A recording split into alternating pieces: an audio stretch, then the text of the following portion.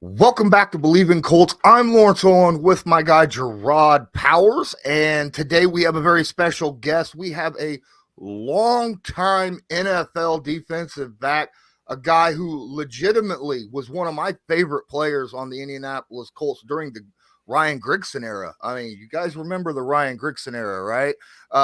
Darius Butler is here with us. How's it going, Darius? How you been, man?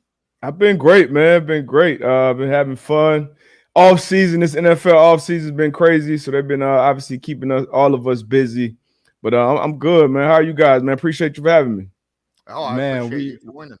yeah, for sure. And glad to have you. But man, just following your media career, like you've been my guy for a long time. A lot of people, I don't even know if you remember this, but back when our rookie year at the combine, our agents knew each other and we was in the lobby and they introduced us to each other. I knew you was like one of the top 3-4 corners in our class. And I remember thinking, I was like, dang, man, I said, so he the one from UConn everybody talking about? And my agent was like, wait till the combine, like wait till you see this dude move.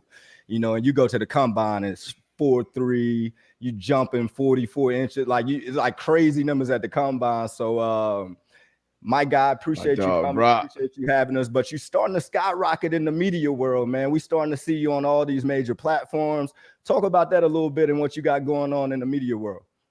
Well, first of all, that combine, man, that's a special moment. I tell everybody all the time, we come in that class, you looking at everybody sizing everybody up. We came in, we was old heads too, so we didn't have as much social media access and seeing guys, but you know, seeing you, seeing Vontae, Malcolm Jenkins just retired, that Mike Mitchell, somebody we'll probably talk about on this show. Just seeing all those guys combine, that's always a dope experience. But this media thing, man, it's been fun. It's been fun, and I never really thought as a player this would have been a lane I would have got into. I thought maybe coaching. But definitely didn't see media just because, you know, I didn't really like what I saw on TV for the most part. You know, the clickbait stuff, or even when you would see former players get on there and talk about the game, it's like, hey, you know that's how stuff go in the locker room, or the real behind contracts and who's good, who's not. So, you know, it was something I started the man-to-man pod with AB, with Antoine Bethea, obviously another former longtime Colt. And it was something that we both said, if we're going to do it, you know, we got to do it authentic and have just conversations, the same conversations that we're having in the locker room. You remember all those thousands of conversations you had in the locker room. So that's kind of been my way of doing it. And obviously, Pat McAfee, a guy that's been trailblazing in the space, both of our former teammates. He's played a huge role in throwing me alley hoops and helping me get the pod started and doing things like that. So it's been fun, man. It's been fun. It's something I wake up, I enjoy doing. Keeps me connected to the game. And like I said, most importantly, I enjoy doing it, and I feel like I'm, you know, being my authentic self. Lawrence, before you jump in there, Lawrence, right before you jump in, just one more quick while we're still on this subject. My guy, I know you had bounced around. When I say bounced around, played for a couple teams in the league, but before you got to Indy, me and Lawrence, every pod, you know, we mentioned about just the coach he brings, like, you know, the reputation Indy got far as organization wise, the people inside the building. When you first got to Indy, what was like one of the first things, because you got to Indy under the new staff, you had just mentioned Grigson a little bit. When you first got to Indy, what kind of was different compared to New England, compared to Carolina, I think was the two teams you was with before, that kind of stood out because you kind of made a staple and a name for yourself in Indy? Yeah, man, as you know, better than most people, you know, everybody has their own unique path and experience in life, obviously, but in the league. You know, we both got drafted the same year. We had completely different paths in the league. Right. So like you said, it was my third stop. I came in, I was a high draft pick, second round pick, got cut from New England after 2 years, went to Carolina for a year, didn't have the greatest year as a team. So, you know, you got to make a judgment, got cut from Carolina, and then landed on my feet, got signed like 3-4 games into the season with Indy. And in New England, super militant. Like, you know, it's not really a fun building to be in, honestly. Outside of Sundays, when we run out of that tunnel, you know, you got a damn good chance of winning because, you know, you out prepared and outwork that team. But it wasn't really a fun environment. It was, you know, you had your friends and your this and that, but it was very militant in the building. Carolina. I was with a first-year head coach out there, Ron Rivera, and a rookie quarterback with Cam Newton. So it was kind of a changing of the guards there too, but it was a different environment, much more fun. But you go out on Sundays, it's like, damn, we ain't go over that. We ain't go over this. It was just kind of, it was just different. You had a lot of personalities. You had Smitty, Steve Smith, longtime Panthers who done it, John Beast and Charles Johnson. You had Jeremy Shockey, just so many, Cam Newton, just huge personalities. So it was completely different. Then getting to Indy, like you saw it in New England, you kind of felt like you were more prepared. You were almost at a different level than everybody else.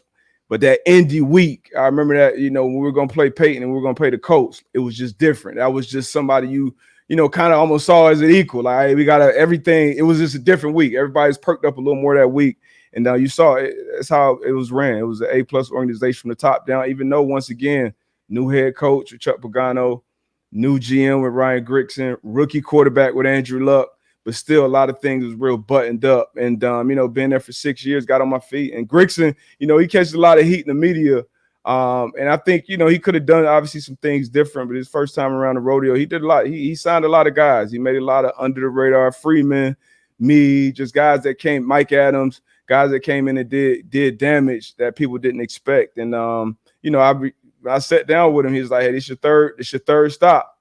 And we got some injuries. I think Vontae was hurt. Von King was hurt. I think you might have been banged up too. I just came back. Yeah, I was like the only veteran that was healthy. Cash was out there. So he was like, look, he was like, I was how are you coming out of the draft and things haven't worked out in other places. But if you don't make it here, it's probably your last stop in the NFL. I'm just being real with you.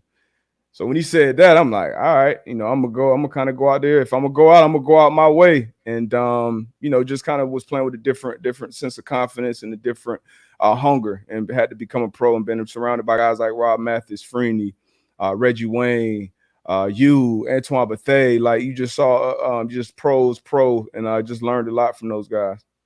Awesome.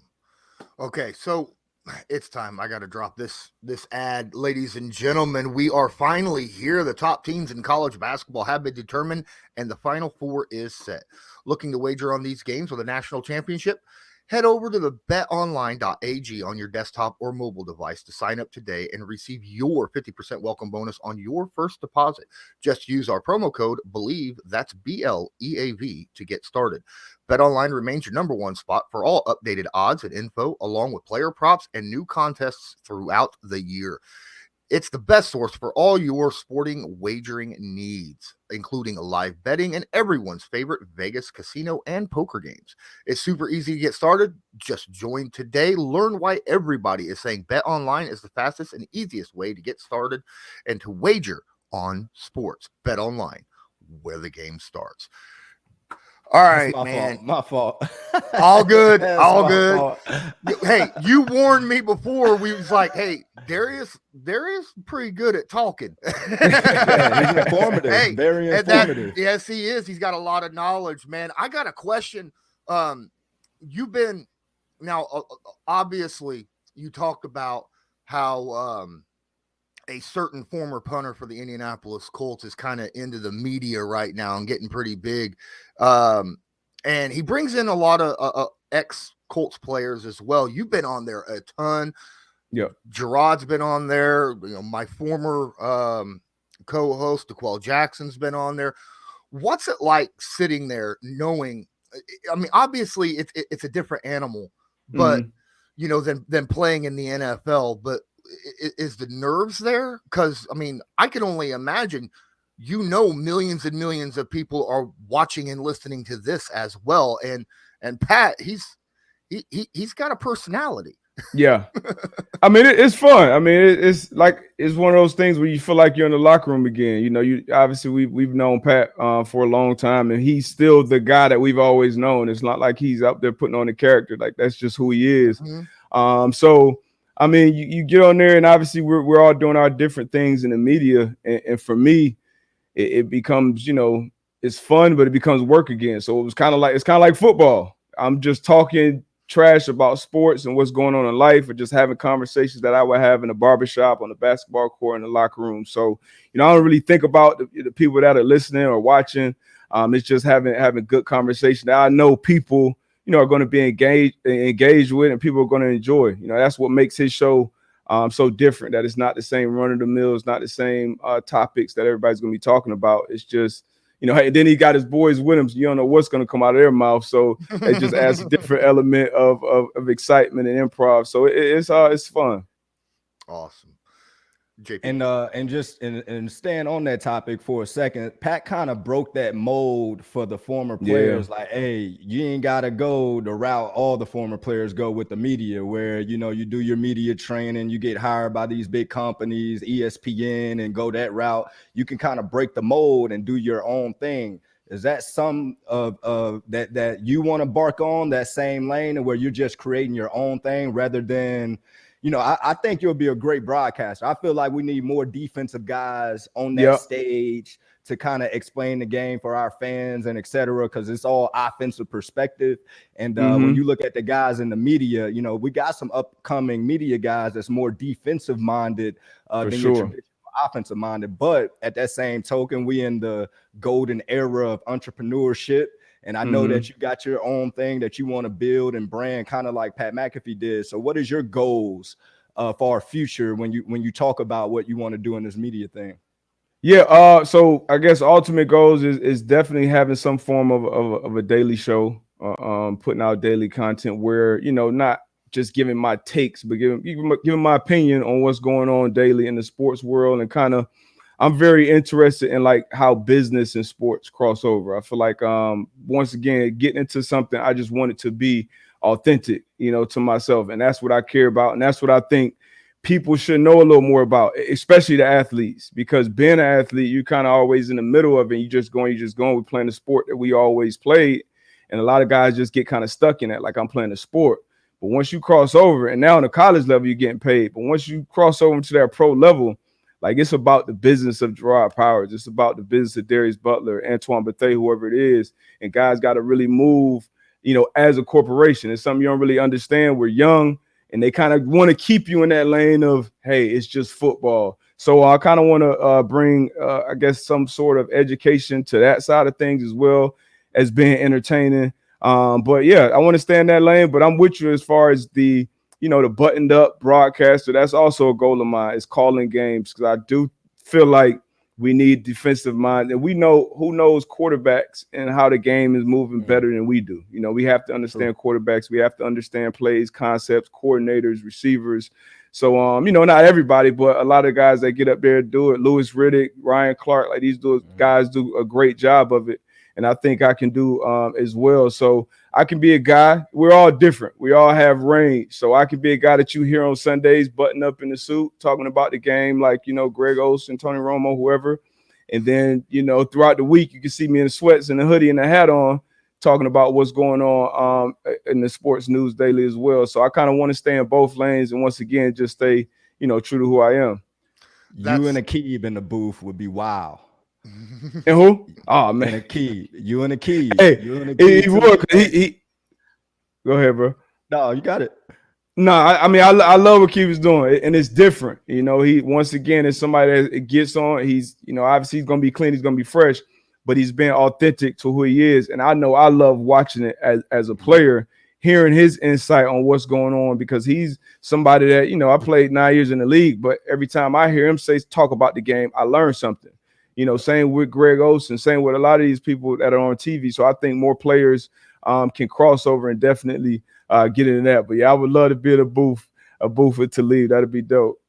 Yeah, that's awesome, because I mean, they say that offense sells tickets, but there's a lot of guys out there that love the trench warfare in the NFL, and then there's defensive guys, and there's a lot of fans out there. Even though you could sit there, like you talk about, former quarterbacks and receivers and tight ends being, in the booth during the game, calling the game and giving their insights on the games. We need more, like you said, we need more defensive guys out there to say, what is that defensive player, what's going through his mind during this play, and why, you know, that actually happened? Because I think that would make for absolute great television. And for sure. It's definitely fans out there for it. And even something like the Manning cast, like that was amazing for me. Like that's some of the best content I've ever consumed. Being able to, you know, listen to Peyton Manning, Eli Manning, and Russell Wilson talk about a 2-minute drive, you know, or a 4-minute drill, or what they're thinking in the red zone. Like, even as a player, I would love to be able to watch something like that. So I think it's going to be room for so many different things in this type of media space that we're kind of entering into, that digital age of things. So I think the lanes will be there for me to do those type of things. I'm excited about it, man. People love defensive breakdowns, like you said, more than I even thought. But so I'll definitely be interested in being one of the main faces in that lane. Okay, I'll go real quick. Go ahead. I know I just went, but I got a bunch of questions, Darius. So just bear with me. We both do here, I'm sure. Earlier this offseason, there was a tweet that was dropped, and then you made a reply to it. It was about coaching. It was when, you know, the coaching hires were dropping. And, you know, you were like, if I want to be a coach, I could be. Has that actually went through your mind? Have you considered being, you know, dropping your hat in the NFL coaching? Because I've talked to some players, and some guys, they don't want to for one reason or another, whether it's the hours or DeQuell Jackson specifically said, I wouldn't mind doing it, but if I'm sitting here during practice over and over and over trying to pound something in someone's head, they go out there on the field and do the complete opposite. I'd lose myself. Yeah. You know? So what are your thoughts? Are you thinking about possibly doing that? Like I said earlier, that was definitely a lane I saw myself getting into, even if it would be on a high school level, but definitely on a pro level.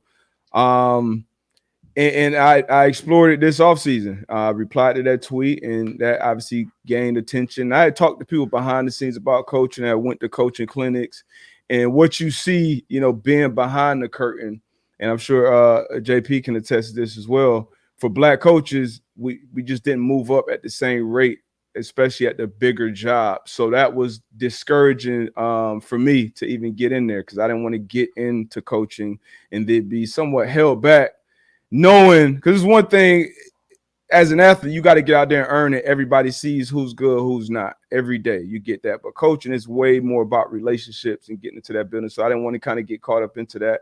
But I went through the interview process, actually with the Colts. Went through the interview process with the Colts, with Frank Wright, Gus Bradley. And at the end of the process, you know, obviously you had to weigh what's going on. Okay, what am I doing in media? What am I doing here? How would this affect this? Family, hours, all these different things. And at the end of the day, you know, I just made the decision to stay in this lane that I'm in now. And at some point down the line, coaching may still be there, may still be something that I want to do. But I'm enjoying this lane. And honestly, the networking thing from Twitter, I mean, I have coaches, front office people, all type of people DMing me, you know, if I post a video talking about different things because they enjoy the content. So even if I can carve out a consultant role with these different teams or coaches or players, which I've done, but that will be a lane that I more so can still be heavily involved in game planning and all these different type of things, obviously while getting paid for it, but still having the same, you know, quality of life and time. So once again, just trying to create that lane more so than just jump into something that I know I wouldn't be. I would be fully committed to it, which would kind of be a bad thing for me right now as far as, you know, family time and things like that.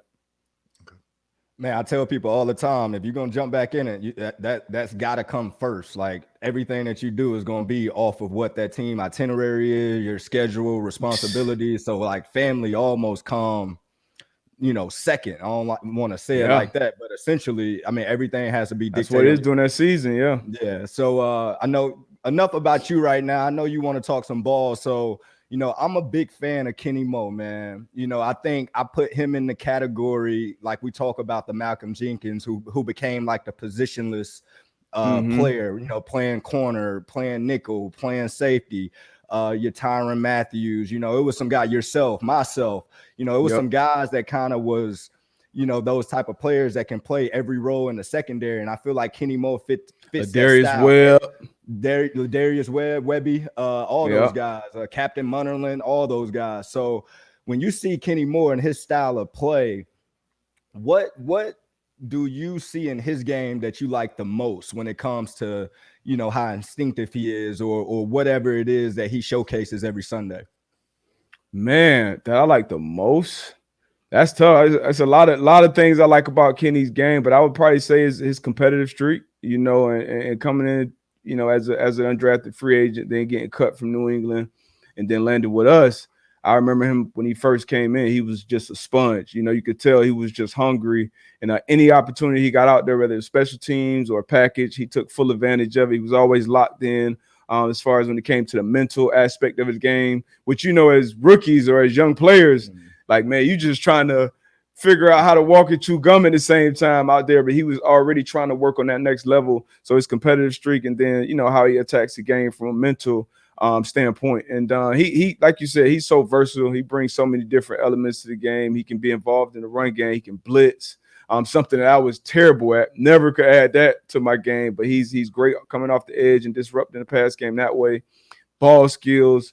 He does a good job staying square in that slot. And that's a very important position. It was for us, but I feel like it's evolved even more now in the game like that. So having a weapon like him on the team becomes invaluable. So I love what Kenny can do. You can have one out. He plays outside too, and does a damn good job at that, which guys his size typically don't do. So he does a damn good job. He plays bigger than he is. We all remember that one-handed interception in the back of the end zone, long arms, plays bigger than his frame says. So it's a lot to love about Kenny Moore's game. Is there somebody out there free agent wise that can take the Colts defense over the top? I don't know about free agent wise, but James Bradbury, he's a guy that I've been hearing connected with the Colts, and I think he will be a great signing for the Colts. I love his upside. He didn't have a great year last year. Year before, he was dominant. Still young enough. The money's already committed, so it's not a long-term, big money type of deal where you're locked in long time. But it could be one of those. Kind of how it was with Xavier Rhodes. Rhodes came in and we got especially that first year was a really good year out of Rhodes, but I think Bradbury would be a great guy. Honey Badger, another guy that is versatile. Because you got to think in this game, I was having this conversation with AB.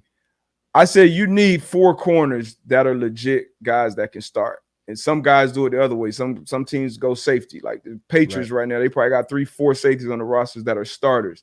But you need like a good 6 DBs that are starting quality DBs to go out there and match up with guys in passing situations, 2-minute situations. So I think Honey Badger would be great. Another guy versatile in the run game, in the pass game, smart, communicates. Obviously Bobby Wagner. Like this is that's a defensive coordinator walking around that can still play the game at a high level. So all those guys will be great signings for the Colts. We need to open that checkbook up and get at least one of them in there. Well, you talk about, the Patriots having 4. I mean, they just signed Peppers. I mean, come on. They just keep adding talent to a deep talent pool that they already have. And you talked about, I just want to go back a little bit. You talked about how you weren't very good at the blitz package, but man, you could read a screen like nobody's business and blow it up. So I mean, come on now. We have our strengths and weaknesses. DB wasn't hitting out there. He wasn't hitting out there. I made business decisions, man. I saw the long game, but that blitz. Rob Mathis kept trying to get me like, hey, just bend, just get low and bend. Them tackles don't like to go below their waist. I just couldn't get it right, man. Oh well. Hey, good. I wanted to bring this up because you just talked about the defensive side of free agency. The offensive side of free agency, especially when it came to wide receivers, was kind of held back, obviously, with the fact that we didn't have a quarterback, right? So any wide receiver worth their salt wasn't going to sign not knowing who the heck was throwing the rock. Exactly. And then on top of that, I'm curious. Do you think the wide receiver market became a little bit too difficult for a Chris Ballard in this free agency when you start seeing guys, signing what they had, like the Christian Kirk 17 mil a year, and then you saw the trade with Hill, and then that $30 million a year. Yeah. And now you're bad. And then you're hearing Landry, possibly wanting 20 million a year, right? Mm-hmm. I mean, do you think that's kind of a situation now where the Colts, when it comes to the wide receiver part, might be kind of in a situation where they might just focus more on the draft rather than free agency? I mean, yeah, but the like you said at first, the timing. I think the timing of everything is what threw everything off. Because once again, if you're a good receiver, especially if you sign in free agents, you want to go out and obviously win. You want to be involved in the offense, and obviously money is a big part of it too. And we had the money to even slightly overpay some guys, say an Allen Robinson or somebody like that. But an Allen Robinson not going to sign, with no starting quarterback on the roster. So they were obviously. They felt like they had to move on from Carson Wentz as soon as possible without even a plan B really in place. But I think that's what held it back, the free agent market. I still think Landry will be a good signing, though. He played last year hurt for most of the year, which I think messed up his value. So $20 million obviously sounds maybe a little crazy now, but if he played to the level that he's typically plays at, that would be, 20 million around. If guys getting 30, 28, I would say Jarvis would be worth that as well. But once again, we're still in a position where we can give him a little more than, most people would at this point. And I think he is the type of weapon that Matt Ryan is going to need, because Matt Ryan he's a quarterback. He's going to be a statue in the pocket. When he gets back on that fifth step, that seventh step, that ball needs to be going where it's supposed to be going. That receiver needs to be there. So it's one thing to draft the receiver. And I know JP done seen plenty of these guys come in drafted. You're fast, you're explosive, you can catch the ball, you can do all these things. But it's a complete different ball game getting out there on Sunday afternoon and being able to create separation on 3rd and 8 and get into a spot. Like, that's a skill in its own. And Jarvis Landry has mastered that skill. Even a guy like Julio, who's a little slower now, a lot of people are off that bandwagon. A lot of report here with Matt Ryan. You got Reggie Wayne as a receiver coach. Like, he's a guy, I'm not going to judge him based off playing the season Ryan Tannehill. That's just me personally. So I think there's some juice left in that tank. But Julio, Jarvis, and then obviously you go out, you continue to develop Michael Pittman, but you got to go out and get, some talent at the wide receiver position in this draft as well. But I still think you need guys at the top of that target list who have ran a lot of routes in this league. No, I agree, man. I think Jarvis Landry, because when we was talking about it a few pods ago, Matt Ryan's have always had a safety net, whether it was Tony Gonzalez, whether it became Julio, whatever the case may be. Yep. And I was like, when you look at our room, Michael Pittman is that down the field, bigger matchup type guy. I say, but Matt needs somebody that's going to move them chains, and who not better than Jarvis. He's ran routes. He know how to get open. You know what I'm saying? He's a savvy vet. He's physical. He's going to bring a certain element to the game. So I like that too. But that's all I had for you today, my man. I know we've been on a minute. It's always great to hear from you. I'm going to see you soon in Miami, and I promise I'm going to give you that work. I'm going to definitely give you that cameras will be out there and let you know, so you might want to bring somebody to hold your camera too. I might call Ballless Life out there. I'm going to have a mix. Just don't let me be in charge of the edits, because I'm going to make it look real good.